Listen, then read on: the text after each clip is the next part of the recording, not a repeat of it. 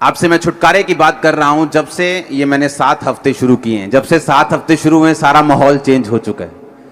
हाँ, इस बात का सबूत है कि परमेश्वर आपको बड़ा छुटकारा देने जा रहा है।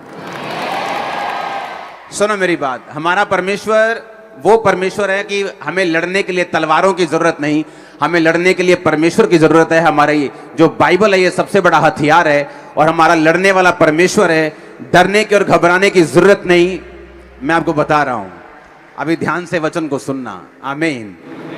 इस्राएलियों ने वो देखा है जो आज तक किसी विश्वासी ने नहीं देखा। फिरौन ऐसा राजा था, फिरौन मिस्र के राजा को बोलते थे, जिसके सामने कुछ नहीं चलता था।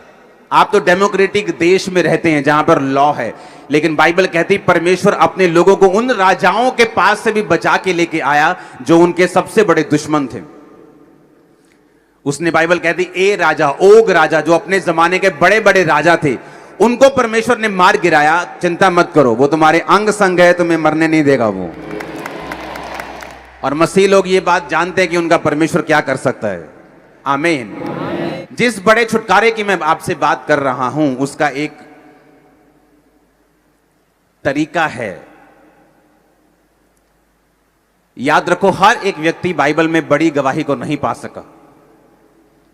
हर एक बंदा उत्थे नहीं पहुंच सका जिथे उन्होंने पहुंचना चाहिए। बाइबल च लिखिया ਉਹੀ लोग ਜਿਹੜੇ परमेश्वर ਨੂੰ ਸਮਝਦੇ ਨੇ, ਜਿਹੜੇ परमेश्वर ਦੇ वचन ਨੂੰ ਸਮਝਦੇ ਨੇ, ਜਿਨ੍ਹਾਂ ਨੇ परमेश्वर ਦੀ आत्मा ਨੂੰ सुनिया, ਉਹੀ लोग पहुंच सके।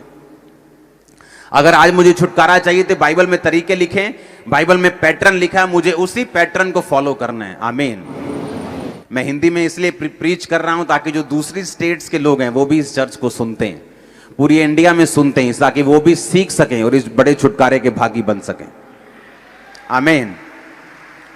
अगर आप अब्राहम की स्टोरी को देखेंगे तो बाइबल कहती परमेश्वर ने जब अब्राहम को बुलाया, उसने जब अब्राहम को उत्पत्ति 12 उसकी 1 से 5 के बीच में अब्राहम को परमेश्वर ने कहा, अब्राहम अपने देश, कुटुंब, अपने पिता के घर को छोड़कर उस देश को चला जाओ जो मैं तुझे दिखाऊंगा, मैं तुम्हें बड़ा छुटकारा दूंगा। पर बाइबल कहती अब्राहम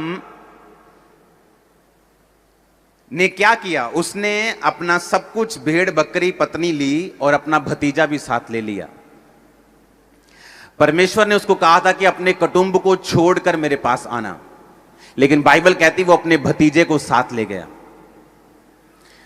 और जब लूत उसके साथ बढ़ने लगा, अब्राहम एक बहुत अमीर इंसान था। बाइबल कहती परमेश्वर ने उसको भेड़ों की आशीष दी थी, वो चरवाहा था, परमेश्वर ने उसको बरकत दी थी। बाइबल कहती जैसे अब्राहम के भेड़ें बढ़ने लगी, क्योंकि परमेश्वर का जो कलाम था, जो वचन था, जो परमेश्वर की बरकत थी, वो अब्राहम के ऊपर थी। और इसी कारण, उस बरकत के कारण, उस ग्रेस के कारण लूत भी अब्राहम के साथ ब्लेस होने लगा। और जिस तरह अब्राहम की भेड़ें बढ़ने लगी, लूत की भेड़ें भी बढ़ने लगी, लूत की फाइनेंशियल ब्लेसिंग भी बढ़ने लगी। और बाइबल कहती लूत भी अब्राहम की तरह आशीषित और अमीर होता गया। एक बात लूत भूल गया कि आज लोग छुटकारे में क्यों नहीं, आज क्रिश्चियन लोग भी अंडर बॉन्डेजेस हैं, आज क्रिश्चियन लोग भी बंधनों के नीचे हैं। कारण क्या है? आज मैं आपको वो कारण बताऊंगा। अगर आपने कारण समझ लिया, अगर आपने ये वचन समझ लिया और आपने इस वचन को बार बार सुना, और आपने अभी भी सुना और घर जाके फिर इसको सुनना और फिर दोबारा सुनना और दूसरे क्रिश्चियन लोगों को ये मैसेज फॉरवर्ड करना, मैं आपको बता रहा हूं एक बड़ा छुटकारा आपकी लाइफ में एंटर कर चुका है यीशु के नाम में। अब बाइबल कहती जब लूत भी ब्लेस होने लगा, कि अब्राहम ਤਾਂ ਬਲੈਸ ਸੀਗਾ ਹੀ ਸੀਗਾ, ਬਾਈਬਲ ਕਹਿੰਦੀ ਲੂਤ ਵੀ ਉਹਦੇ ਨਾਲ ਰਲ ਕੇ ਉਹੀ ਆਸ਼ੀਸ਼ਾਂ ਲੂਤ ਦੀ ਜ਼ਿੰਦਗੀ ਦੇ ਵਿੱਚ ਵੀ ਆਉਣ ਲੱਗੀਆਂ। ਬਾਈਬਲ ਕਹਿੰਦੀ ਹੈ लूत भी ब्लेस होने लगा, पर बाइबल कहती है कि अब्राहम के चरवाहों के साथ लूत के चरवाहों का झगड़ा हुआ। ये दोनों चरवाहे आपस में, इन दोनों का स्टाफ आपस में झगड़ने लगा। और बाइबल कहती है अब्राहम ने लूत को बुलाया, लूत को बोला कि ऐसा सही नहीं कि हम दोनों आपस में लड़ें, तू अगर इधर जाएगा तो मैं इधर जाऊंगा, तू इधर जाएगा तो मैं इधर जाऊंगा, तू पहले चुन ले तुझे कौन सी जमीन चाहिए, तू जो जमीन चुनेगा मैं उसके सामने चला जाऊंगा, लेकिन पहले तू चुन। और बाइबल कहती लूत ने अपनी आंखों से देखा और एक तराई, एक सिंची हुई तराई जिसमें हरी घास ही घास थी, उसने चुन लिया। और बाइबल कहती परमेश्वर ने फिर अब्राहम को कहा, जब लूत चला गया, परमेश्वर ने कहा अब्राहम अपनी आंखें उठा और ये सारी जमीन देख, मैं तुझे और तेरे वंश को आने वाले समय में दे दूंगा। अब सुनो ध्यान से, क्यों लूत ब्लेस हो रहा था और बाइबल कहती लूत जब उससे चला गया और जब वो देश लड़ाई झगड़े में पड़ गए, वो देशों का दूसरे देशों के साथ झगड़ा हुआ, दूसरे देश के राजा उसके देश में आए, उन राजाओं को मार कर सारा कुछ लूट लिया, और लूत भी उसी देश में रहता था और उसको भी वो लूट कर अपने साथ ले गए। अब्राहम को यह बात मालूम हुई कि तेरा भतीजा लूट लिया गया।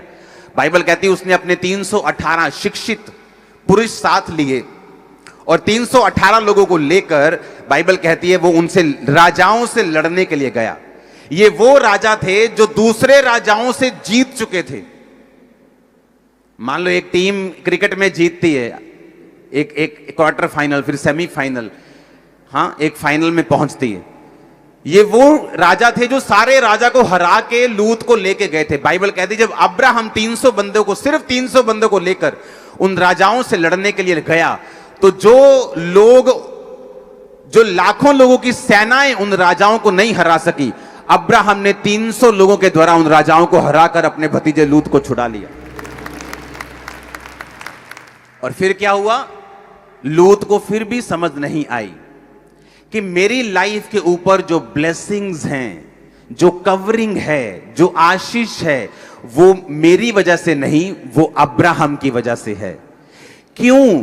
क्योंकि अब्राहम एक नॉर्मल इंसान नहीं है, अब्राहम एक नॉर्मल विश्वासी नहीं है। अब्राहम एक परमेश्वर का चुना हुआ एक अगुआ है, जिसके जरिए परमेश्वर अपनी महिमा को प्रकट करना चाहता है और जिसके जरिए परमेश्वर अपनी योजना को अपने इजरायली लोगों के ऊपर लेके आना चाहता है, जिसके द्वारा परमेश्वर आने वाले समय में वंशों तक अपनी महिमा को प्रकट करेगा। अब्राहम उस किस्म का इंसान है। अब मेरी बात को ध्यान से समझना, परमेश्वर पक्षपात नहीं करता। ऐसा नहीं कि वो लूत से ज्यादा प्यार करता है, कम प्यार करता है, और अब्राहम से ज्यादा प्यार करता है। तो दोनों इंसान, दोनों परमेश्वर ने लहू से मांस से बनाए, दोनों परमेश्वर ने अपनी आत्मा से सिरजे। लेकिन ऐसा क्यों कि परमेश्वर अब्राहम से ज्यादा प्यार करता है और लूत से नहीं? इसका रीजन है बहुत बड़ा। परमेश्वर इस धरती पर जो कुछ भी करता है उसका एक मकसद है। परमेश्वर ने पौलुस को चुना। परमेश्वर ने कहा पौलुस, अन्य जातियां तेरे द्वारा मसीह में आएंगी, अन्य जातियों को मैं मसीह में तुम्हारे द्वारा खींचूंगा। पौलुस कह सकता था परमेश्वर, मैं एक बड़ा पढ़ा लिखा, उस टाइम के बेस्ट स्कूल में पढ़ा हुआ, यहूदियों में बड़ा मान सम्मान रखने वाला इंसान बोल सकता था कि परमेश्वर, अगर तू मुझे यहूदियों में इस्तेमाल करेगा तो मैं ज्यादा इस्तेमाल हो सकता हूं, क्योंकि ये लोग मेरी पावर को, मेरी हैसियत को जानते हैं। लेकिन परमेश्वर ने कहा ना बल से ना शक्ति से, पर मैं जिसको भी इस्तेमाल करूंगा अपनी आत्मा के द्वारा करूंगा। परमेश्वर ने कहा मैं इन पढ़े लिखे लोगों में एक अनपढ़ पतरस को इस्तेमाल करूंगा और अन्य जातियां जो तुझे नहीं जानती मैं तुझे इस्तेमाल करूंगा। अब हुआ क्या? अब परमेश्वर ने पौलुस को चुन लिया कि पौलुस तो मेरे काम करेगा, अन्य जातियों को मेरी महिमा सिखाएगा। पौलुस कौन था? एक विरोधी, जगह जगह पे बांधने वाला, विश्वासियों को मारने वाला, विश्वासियों को तोड़ने वाला एक विरोधी। किसी के बोलने से मत डरना कलीसिया, जब परमेश्वर गिराने में आता है 2 सेकंड लगते हैं। परमेश्वर ने बार बार बाइबल में लिखा, उनका मुंह देख के तुम घबराना मत, तुम्हारा मन कच्चा ना हो। जब परमेश्वर की लाठी लगती है ना, 2 सेकंड लगते हैं बड़े बड़े सुरमाओं को गिरने में। आमीन। अब आपको बात समझनी है। बाइबल कहती है जब पौलुस गया अपने मिशन को लेके, कि मेरा मिशन है अन्य जातियों को तक परमेश्वर के काम को लेके जाना। पौलुस ये बात जानता था कि मसीहियत धर्म बदलना नहीं, मसीहियत जीवन बदलना है। मसीहियत परमेश्वर में आना है, मसीहियत पाप के लिए मरना और मसीह के लिए जी उठना है। उसने प्रचार करना शुरू किया। अब जो जो कलीसियाएं पौलुस का साथ देती रहीं, बाइबल कहती है वो कलीसियाएं ज्यादा आशीषित रहीं उन कलीसियाओं से जो किसी भी मिशन में किसी भी पास्टर के साथ नहीं थी। अब मेरी बात को ध्यान से समझना। लूत इसलिए ब्लेस नहीं हो रहा था कि लूत धर्मी था। लूत इसीलिए आशीषित हो रहा था कि अब्राहम के ऊपर परमेश्वर का प्लान था और लूत अब्राहम के जस्ट साथ था और लूत आशीषित होता जा रहा था। लेकिन प्रॉब्लम कहां होती? प्रॉब्लम तब होती है जब साथ रहने वाला व्यक्ति ये सोच लेता है कि ये आशीष जो है ये परमेश्वर मुझे डायरेक्ट दे रहा है, क्योंकि मैं भी यहोवा को मानता हूं, तो ये आशीष परमेश्वर की वजह से और मेरी बुद्धि की वजह से और मेरी प्रेयर की वजह से और मेरी लगन की वजह से मेरी जिंदगी में है। और यही गलती लूत ने की। उसे लगता था कि तू यहोवा को मानता तो मैं भी यहोवा को मानता हूं, तू परमेश्वर की सेवा करता तो मैं भी परमेश्वर की सेवा करता हूं, तू बलिदान चढ़ाता तो मैं भी बलिदान चढ़ाता हूं। आपका स्टाफ आपके भाई के स्टाफ के साथ लड़ाई नहीं कर सकता जब तक आप अपने स्टाफ के कान ना भरें। मेरी बात समझ आ रही है कि नहीं? आपके बच्चे आपके रिश्तेदारों को बुरा नहीं कह सकते जब तक आप अपने मुंह से उनकी बुराई बच्चों के सामने ना कर लें। तो लूत के चरवाहों में झगड़ा नहीं हुआ अब्राहम के साथ, ये लूत के कान भरे हुए थे, ये लूत के साथ स्टाफ की डिस्कशंस होती थी कि अब्राहम ऐसा चाहता है, ये तुझे बढ़ने नहीं देना चाहता, ये तुझसे जेलसी करता है, ये वो जो छोटा दिमाग सोचता है वो सोच रहे थे। और इन्हीं बातों ने झगड़ा किया और दोनों अलग अलग हो गए। अब्राहम ने कहा तू जहां जाना चाहता है चला जा, मुझे तुझसे कोई विरोध नहीं, कोई वैर नहीं, जहां जिस जगह को तू चुनेगा, तू लेफ्ट चुनेगा मैं राइट जाऊंगा, तू उत्तर चुनेगा मैं दक्षिण जाऊंगा, हम में झगड़ा नहीं होना चाहिए। अब्राहम को मालूम था कि वो परमेश्वर की वजह से ब्लेस है, लेकिन लूत परमेश्वर की वजह से नहीं, लूत अब्राहम की संगति की वजह से ब्लेस था, क्योंकि अब्राहम परमेश्वर के द्वारा बुलाया गया और चुना हुआ व्यक्ति था। अब मेरी बात को ध्यान से समझना, वो विश्वासी जो किसी भी मिशन के साथ जुड़े नहीं हुए, जो किसी भी ऐसी चर्च के साथ जुड़े नहीं हुए जिनका मकसद रूहें बचाना है, वो विश्वासी कभी भी उस तरह से ब्लेस नहीं हो सकते जिस तरह से आप लोग ब्लेस हो रहे हैं। अब वो कहेंगे क्या हम यहोवा को नहीं मानते, वो कहेंगे क्या हम यीशु को नहीं मानते, क्या हमने बपतिस्मा नहीं लिया, क्या हम परमेश्वर से प्यार नहीं करते, क्या हम टाइथ नहीं देते। ये बातें अलग हैं, लेकिन बाइबल कहती है इस धरती पे मेरा चुना जाना और आपका चुना जाना एक मकसद के तहत है। और जब आप मकसद वाले लोगों के साथ जुड़ जाते हैं और उनके विजन्स के साथ खड़े हो जाते हैं, आप पर वो ब्लेसिंग आती हैं जो उन्हीं लोगों के ऊपर है जिनके पीछे आप चल रहे हैं। सुनो, छुटकारा लेना और छुटकारे की बात करना अलग अलग बात है। परमेश्वर की बात करना और परमेश्वर को अपनी जिंदगी में टेस्ट करना, उसके छुटकारे को, उसकी ब्लेसिंग को, उसकी हीलिंग को अपनी फैमिली में, अपने घर में, अपने बच्चों में, अपने फाइनेंस में, अपनी स्पिरिचुअल लाइफ में, यह अलग बात है।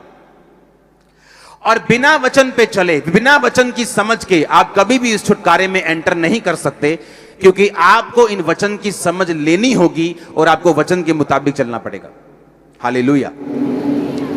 अब आप देखो कि जो राजा दूसरे राजाओं को मारकर, जो भी अपने आप में बड़े राजा थे, वापिस जा रहे हैं। अब्राहम को मालूम होता तेरा भतीजा लूत भी बंदी बना लिया गया, दूसरे राजा उनके राजा को मार गए, उसको बंदी बना के ले गए, और अब्राहम 300 बंदों को साथ लेके जाता है और बाइबल कहती है उन्हें छुड़ा के लेके आता है, उन राजाओं को मारकर वापिस आता है। और फिर से लूत देखो कितना नॉन सेंसिटिव, कितना नॉनसेंस व्यक्ति था। अब भी समझ नहीं आई कि मेरी ब्लेसिंग का कारण अब्राहम है, फिर भी वो वहीं रहने लगा जहां वो पहले रहता था। एंड में क्या हुआ?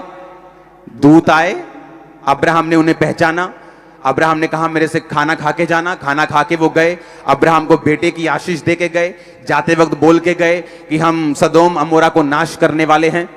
और बाइबल कहती है लूत वहां था, उसने कहा परमेश्वर अगर वहां 50 धर्मी मिले क्या तू उन्हें नाश करेगा? परमेश्वर ने कहा नहीं।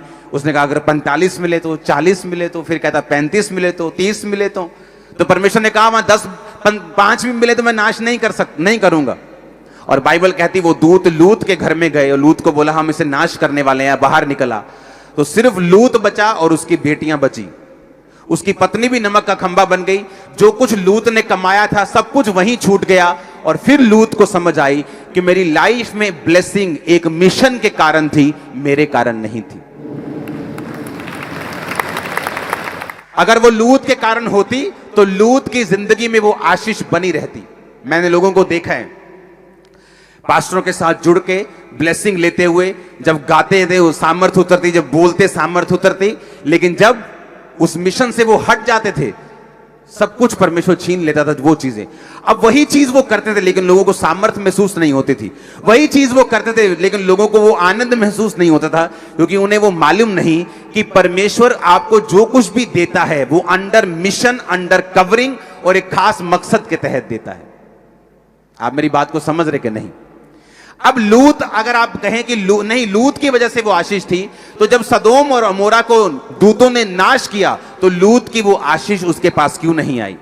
उसकी पत्नी, उसकी लड़कियां भी वहां रह रहकर करप्ट हो चुकी थी, और ऐसी जाति लूत और उनकी अपनी बेटियों से पैदा हुई जिससे सारी उम्र अमोनियों और मुआबियों से परमेश्वर ने फिर नफरत की। हालेलुया!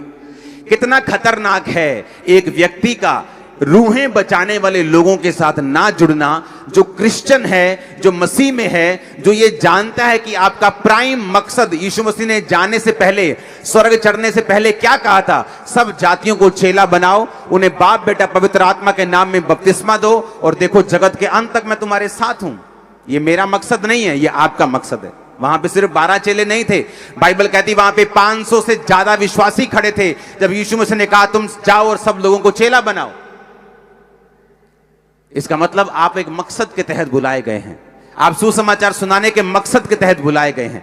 उस मकसद को जब हम पूरा करेंगे, उन्होंने प्रेरितों के साथ मिलकर उस मकसद को पूरा किया।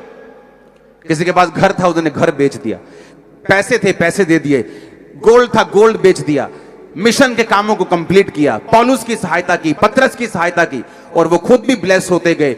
गिनती में कलीसिया दिन प्रतिदिन बढ़ती गई। उन 12 को खत्म करने का यत्न किया गया, 400 करोड़ हो गए आज हम।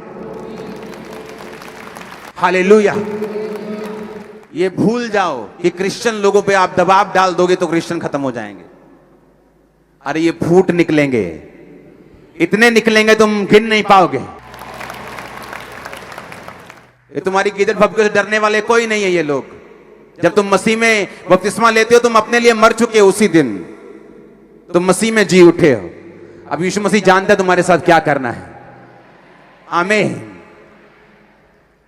यीशु मसीह को मालूम था कि आने वाले समय में क्या होगा, वो सब जानता था।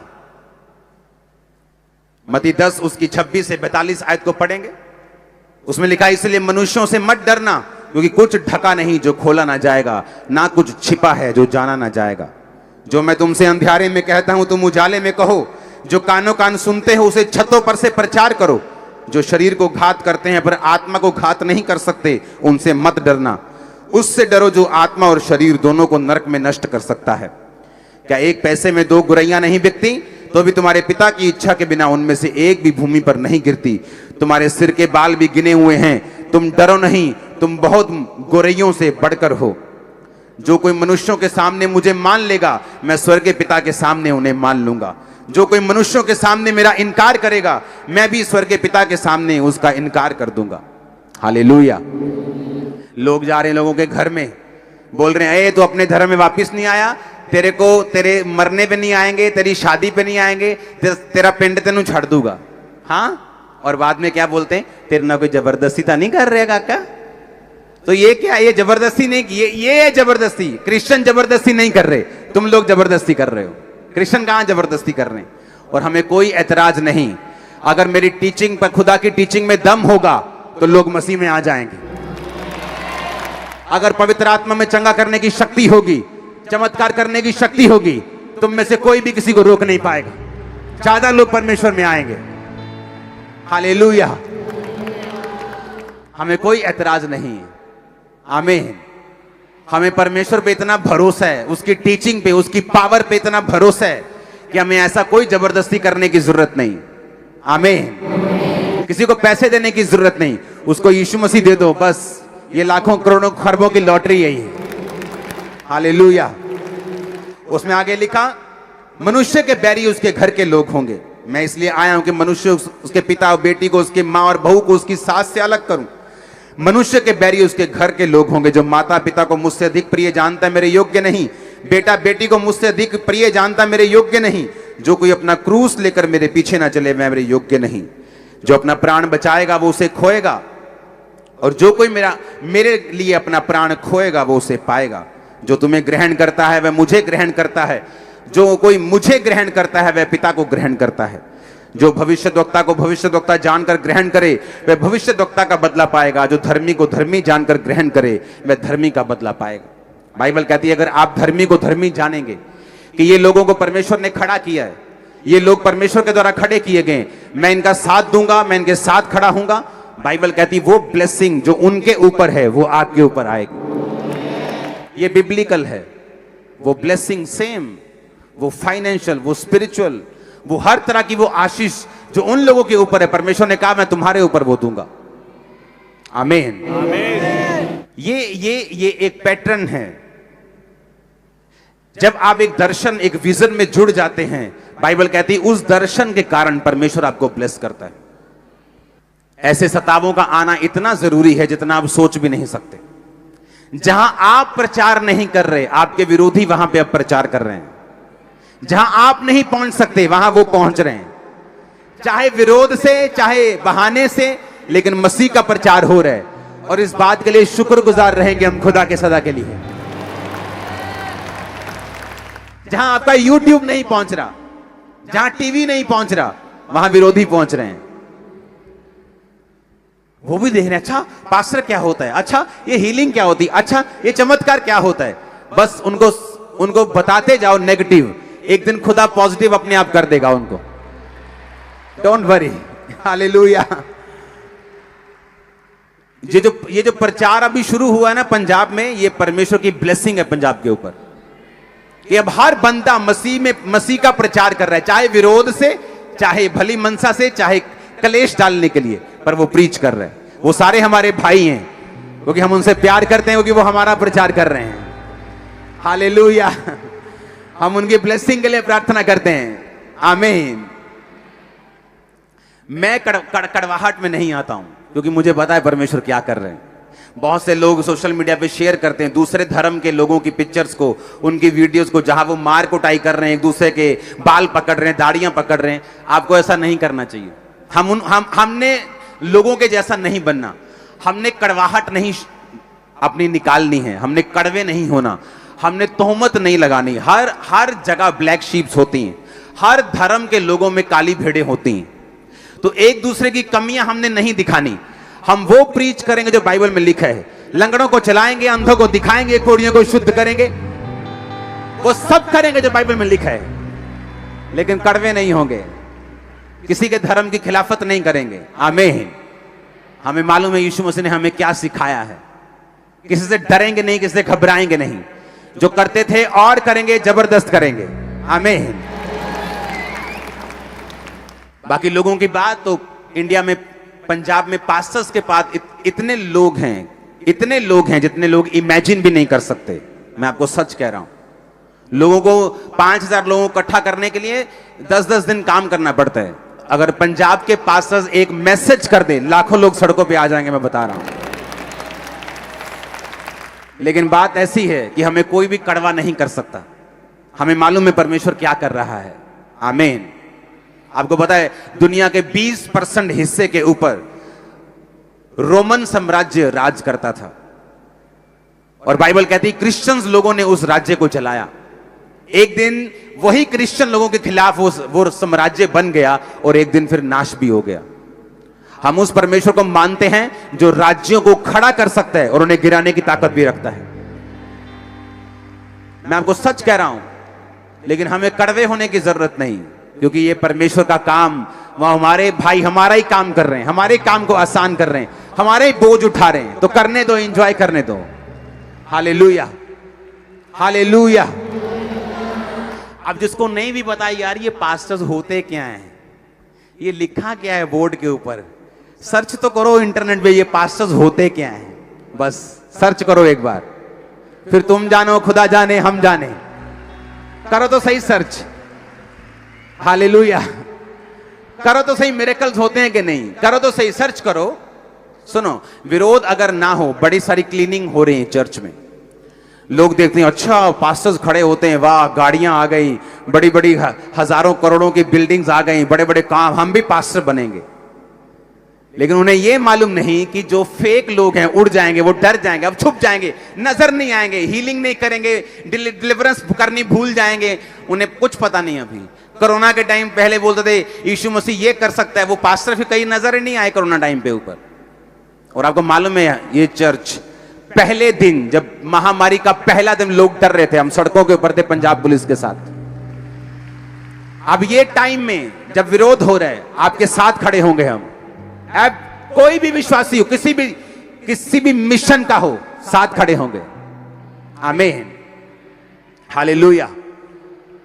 अब वो टाइम है जब परमेश्वर छांटी भी करेगा, क्लीनिंग भी करेगा। जो लोग पैसों के लिए खड़े हुए हैं, फेम के लिए खड़े हुए हैं, शौहरत के लिए खड़े हुए हैं, लड़कियां पटाने के लिए खड़े हुए हैं, सब भाग जाएंगे। हालेलुया। जब उनको डर लगेगा, अच्छा ये विरोध भी हो रहा है, अच्छा इससे तो मेरा खतरा भी है, ये छोड़ो, कुछ और करते हैं।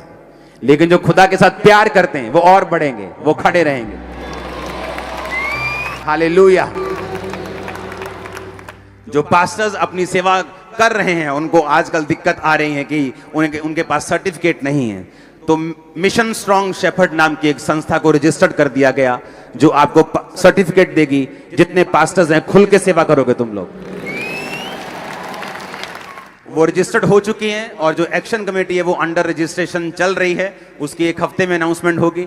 और जो मिशन स्ट्रॉन्ग शेफर्ड है वो रजिस्टर्ड हो चुकी है। उसमें जितने पास्टर्स के पास सर्टिफिकेट नहीं है पूरे इंडिया में जहां से भी उनको कोर्स कराया जाएगा। वो ऑनलाइन कोर्स करेंगे, पास्टर की ट्रेनिंग लेंगे, ऑर्डिनेशन सर्टिफिकेट लेंगे, खुल के सेवा करेंगे, जहां मर्जी खड़े हो जाएं, कोई दिक्कत, कोई चैलेंज नहीं कर सकता। हर चीज पे काम हो रहा है, एक एक चीज पे। अगर मैं थर्सडे संडे यहां नहीं था तो एक एक चीज पे मैं काम कर रहा हूं, एक एक चीज पे जो पंजाब में चल रही है, इंडिया में चल रही है। Don't worry, don't worry. आपने शायद वो दिन नहीं देखे जो पुराने टाइम में जो हमने देखे हैं, मसीह में जब विरोध होता था, वो हमने जीता है, ये भी जीतेंगे। Don't worry. Mission strong shepherd अब बहुत जल्दी शायद बड़ी मीटिंग्स में अनाउंस हो जाएगा। तो अगले 15-20 दिनों में बहुत सारी अनाउंसमेंट्स हो जाएंगी, बहुत सारी चीजों पर काम होने शुरू हो जाएंगे। एक बात मैं आपको बताना चाहता हूं, खामरा चर्च पहले से सिक्योर है। जितने हमारे 3.5 लाख मेंबर्स हैं, खामरा चर्च को किसी भी कमेटी की जरूरत नहीं। हम अपने आप में कमेटी काम कर रहे हैं। और मैं हैरान हूं, जो पास्टर जिनकी चर्च छोटी चर्चेस हैं, ये उनके लिए है। तो मेक श्योर आप इस कमेटी के ऊपर फालतू का प्रेशर या फालतू के कमेंट्स इस पे ना करें। हुन एक थे है जी, हुन एक काम, ए वाला काम क्यों नहीं? यार तुम्हारे खरीदे हुए नहीं है, हम लोगों को तुम तनख्वाह नहीं देते हो, हम लोग तुम्हारे कर्जदार नहीं हैं। हम प्रेम से खड़े हुए हैं भाइयों के बोझ के कारण। हमने कोई सीटें नहीं लेनी एमएलए की, ये कमेटी खड़ी करके हम सीटें ले लेंगे। हमने कुछ भी लेना हो तो हम अपने आप में इनफ है, सब कुछ ले सकते हैं। तो हमें कमेटियां कमोटियों की कोई जरूरत नहीं है। ये उन पास्टर्स के लिए हैं जिनके पास चर्चिस नहीं है, ये उन पास्टर्स के लिए हैं जिनको सिक्योरिटी की जरूरत है। पिछले दिनों में पास्टर्स पे हमला हुआ, एक्शन कमेटी वहां पहुंची, उसका इलाज करवाया, उसको बोला कि कितना तेरा खर्चा महीने का, उसके घर में खर्चा भेजा उतने महीने का, भेजते जाएंगे जब तक वो ठीक नहीं होता। जिसको भी तुम अटैक करोगे मैं उसके साथ खड़ा हो जाऊंगा, जितने पास्टर्स होंगे। सुनो, पैसा लगता है उसमें। कितने लोग हैं? 1.5 लाख का चेक एक को भेजा, 1.5 लाख का चेक एक को भेजा, 1 लाख का चेक एक, 40-20 हजार एक भेजा, 20 लाखों रुपए खर्चा एक हफ्ते में किया। ये एक्शन कमेटी कोई पैसे इकट्ठे करने के लिए खड़ी नहीं हुई, किसी से डोनेशन नहीं मांगेगी। ये फॉरेन में जाएगी, फॉरेन के लोगों को शामिल करेगी। शायद अगले महीने मेरी एमपी के साथ मीटिंग है, कनाडा के एमपी के साथ, बहुत सारे लोगों के साथ, वहां के पार्लियामेंट के साथ, वहां के मेंबर्स के साथ, वहां के प्रेसिडेंट के लोगों के साथ अमेरिका में मीटिंग्स हैं। तो किसी से डोनेशन मांगने हम नहीं जा रहे हैं, लेकिन उनको इस कमेटी का मेंबर बनाएंगे, उनको संग लेके आएंगे, आपकी इंटरनेशनल लेवल तक आवाज लेके जाएंगे। हालेलुया। तो ये भूल जाओ कि ये कमेटी हम अपने लिए खड़ी, हमें किसी भी प्रेस की जरूरत नहीं है। हमें मेरे जो काम कर रहे हैं, लीगल कमेटी जो काम करती है, अपने बिजनेस छोड़ के काम कर रही हूं। उनको किसी चौधरियों की भूख नहीं है, चौधरदारी की किसी की। हमने अपने सरकारों के द्वारा दिए गए ऑफर ठुकराए हैं। इस चीज में आप चेयरमैन बन जाओ, इसमें बन जाओ, हमने ठुकराए कि हमें नहीं चाहिए, आप हमारे क्रिश्चियन दूसरे भाइयों को दे दो। तो हमें ये ना, तो हमें मशहूर होने का चक्कर, हम पहले से मशहूर हैं, ना पैसे का हमारे पास पहले ही पैसा है, ना किसी चीज का, ना किसी एमएलए की कुर्सियों का, ना हमें किसी चीज का, ना। सुनो, पास्टर्स जोड़ने का भी मुझे लालच नहीं कि पास्टरों का प्रधान बन जाऊं, इसलिए मैंने इस कमेटी का कोई मैंने मेंबरशिप नहीं ली। मैं इसको गाइड करूंगा, इसके साथ जुड़ा रहूंगा, सारी दुनिया के लोगों को इस कमेटी में शामिल करूंगा। आमीन। और लेकिन कोई डोनेशन मांगने नहीं जाएगी ये कमेटी, ये आप लोगों के लिए काम कर रही है। और मुझे पास्टर्स की भी भूख नहीं है कि मैं पास्टर्स को इकट्ठा करूं। इस चर्च के 2000 पास्टर्स हैं जो मेंटरशिप के नीचे हैं। 516 पास्टर मेरी मेंटरशिप के नीचे हैं, और जो मेरी मेंटरशिप के नीचे पास्टर्स हैं उनके एक एक के नीचे 60 70 पास्टर्स हैं। 2000 पास्टर्स इस चर्च के मेंटरशिप के नीचे हैं। तो लाखों लोग हमारे साथ पहले से जुड़े हुए हैं, हमें किसी कमेटी की जरूरत नहीं। तो ये बात कान खोल के समझ के रखना, कोई कमेंट करने से पहले, कि आपको मालूम होना चाहिए कमेटी लोगों के लिए खड़ी हुई है, लोगों के फायदे के लिए। हमें पैसा खर्चने का कोई शौक नहीं है, हमारी चर्च का काम पड़ा है अभी, हालेलुया। लेकिन कौम से प्यार है और करते रहेंगे। जो लोग विरोध में भी खड़े थे ना, उनको भी प्रोटेक्ट करेंगे। कोई मिशन हो उसके साथ भी खड़े होंगे, आमीन। और जो आपको बोला गया वो होगा यीशु मसीह के नाम में, आमीन। ऊंचा बरकत तुम्हारी चर्च, हालेलुया हालेलुया। अब अगर मैं छुटकारे की बात कर रहा हूं तो आपको यह बात समझ आनी चाहिए कि मुझे छुटकारा तब मिलता है और तब बना रहता है जब मैं एक मिशन के नीचे हूं। अपने पड़ोसी को बोलो, एक मिशन के नीचे हो, आमीन। अब वो मिशन नाम का नहीं होना चाहिए, वो मिशन काम का होना चाहिए। उसका पहला मकसद रूहें बचाना होना चाहिए, उसका पहला मकसद सुसमाचार लेके जाना होना चाहिए। जब आप एक मिशन के नीचे अपनी जिंदगी, अपना फाइनेंस, अपना परिवार, अपनी ताकत, अपनी सब कुछ चीजों को दे देते हैं, परमेश्वर उन पर बरकत देता है। वो आपके परिवार को बरकत देता है, वो आपके रास्तों को साफ करता है, आमीन। ऊंचा ये बरकत आपकी है चर्च, हालेलुया। अपने पड़ोसी को बोलो, एक विजन के नीचे आ। अपने पड़ोसी को बोलो, एक मिशन के नीचे आ। जिस तरह अब्राहम के साथ लूत था और लूत ने बरकत पाई, और पौलुस की कलीसिया ने बरकत पाई। अपने पड़ोसी को हाथ उठाकर कहो, तू और तेरा परिवार आज से बरकत को पाएंगे यीशु मसीह के नाम में। बोलो बोलो पड़ोसी को, तू और तेरा परिवार आज से बरकत को पाएंगे। अब आपको यह बात ध्यान से समझनी है। बाइबल कहती परमेश्वर ने अलग अलग लोगों को अलग अलग वरदान दिया है। जब मैं एक्शन कमेटी की कॉल करूंगा तो बहुत से लोगों की मुझे जरूरत पड़ेगी जो उसके टेक्निकली उसके उस सॉफ्टवेयर को, उन चीजों को संभाल सके। आप में से लोग आएंगे, मुझे मालूम है। जब अलग अलग सेवा होगी, जब फाइनेंस की जरूरत होगी, तो आप में से लोग उठते हैं जो फाइनेंस को बोते हैं। जब दरी बिछाने का टाइम है, आप ही लोग बिछाते हैं। बाइबल कहती जिसके पास जो वरदान है वो उस मिशन में लगाए। अगर उस वरदान को वो परमेश्वर के मिशन में नहीं लगाता, बाइबल कहती है वो अपनी आशीषों को एक दिन गवा देगा। क्योंकि बाइबल कहती है तुम जितने मर्जी यहोवा को मानने वाले हो, लेकिन परमेश्वर अपने वचन के बाहर कभी भी काम नहीं करता। लूत को एक बार समझ नहीं आई, उसे लगता था कि मेरी वजह से ब्लेसिंग है, वहां चला गया, राजा लूट के ले गए। तब भी दिमाग में नहीं आई कि अगर परमेश्वर मेरे साथ होता तो राजा मुझे लूट कर नहीं लेके जाते। फिर भी समझ नहीं आई, वापिस वहीं चला गया, फिर वहीं रहा, और कुछ साल के बाद वो नाश हो गया, वो देश ही नाश हो गया। परमेश्वर ने उसे नाश कर दिया। और अंत क्या हुआ कि उसकी बेटियों के द्वारा अम्मोनी, मुआबी ऐसी जाति पैदा हुई जो परमेश्वर की हजूरी में नहीं आ पाते थे। परमेश्वर ने अपनी हजूरी में आना मना कर दिया था। वो पापी जाति पैदा हुई, परमेश्वर उनसे नफरत करता था। मेक श्योर जो दर्शन परमेश्वर ने आपको दिया है, जो सेवकाई परमेश्वर ने आपको दी है, जो अगुवे परमेश्वर ने आपको दिए हैं, अपनी हर गिफ्ट से, अपनी हर ताकत से उनके साथ खड़े होना है। यह आपकी बरकत का कारण होगा, यह आपकी ब्लेसिंग का कारण होगा। Hallelujah hallelujah. और इसीलिए परमेश्वर ऐसे सिस्टम दे रहा है कि दूसरे पास्टर्स भी इन चीजों में अब शामिल हो सकें, दूसरे पास्टर्स भी सेवकाइयों में शामिल हो सकें। वो भी अंडर कवरिंग में आए और अंडर कवरिंग रह के काम करें, ताकि परमेश्वर उनको बरकत दे सके, उनको सुरक्षित रख सके।